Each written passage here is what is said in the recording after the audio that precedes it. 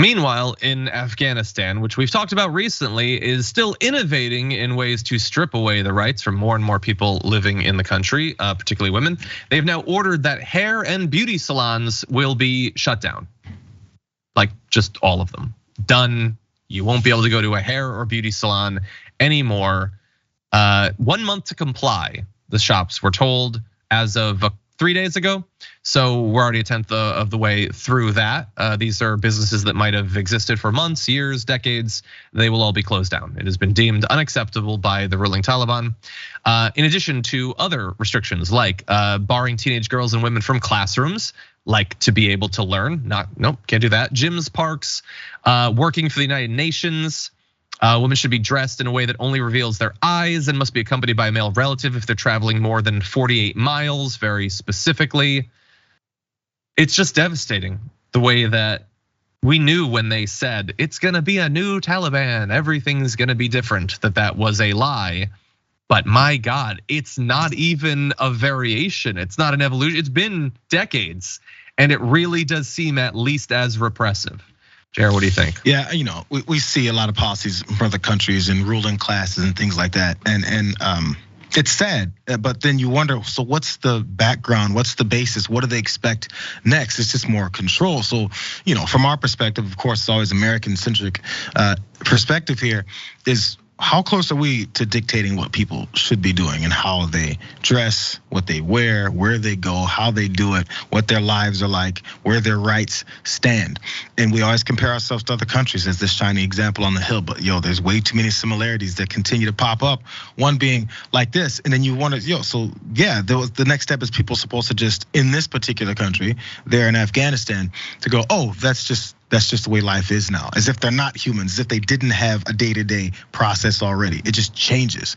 There's a stripping down of humanity. And it continues in places like this, it continues in places like here in America. The degrees and differences and specifics are the only thing that's different, in my opinion. It just, man, I've been on the verge of depression about the life and the world that we live in, man. Sorry. It's disaster. And there's sometimes good news on the show. We'll find it eventually. I know we will. Usually, meanwhile, it tries to be a little bit lighter and everything. It's obviously been a pretty devastating trifecta of stories. And I'm gonna make it slightly worse briefly. Someone in the chat said, I feel terrible for the girls and women born in the last 20 years in Afghanistan. And you really imagine that, like your whole life, obviously there's been utter chaos and all that. But then also having all of those rights then eventually be taken away that you had a brief period of time that you got to enjoy. In a similar sort of vein, obviously far more extreme than imagine, growing up in America and having bodily autonomy for decades, for half a century, and then having that right stripped away. There are living people who were alive when the right didn't exist. Then for half a century they had it, and now it's gone again. Isn't it weird that that's how societies work? And I will take this, as I always do, as an opportunity to remind people that there are a lot of things that are holding humanity back, that are stopping people from living the lives that they should. Male weakness is one of the worst. It is one of the greatest obstacles facing humanity, facing our civilization. Just pervasive, unending, pathetic male weakness. Do we have any seconds? Or are we done? We have seconds, super fast. Just that thought. And if people have an opposition to that because you're a man saying that and be like, how dare you turn on your kind? The thing is why is there a battle between men and someone else? And what's it based off? Because people want rights. Like if we break down where the battles are, you'll understand which side is best to be on. That's all.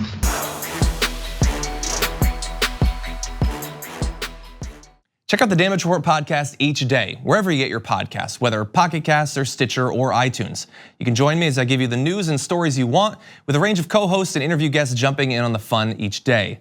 Again, that's the Damage Report, wherever you get your podcasts. And if you get them at iTunes, don't forget to rate and review. Sometimes I'll read them live on the show.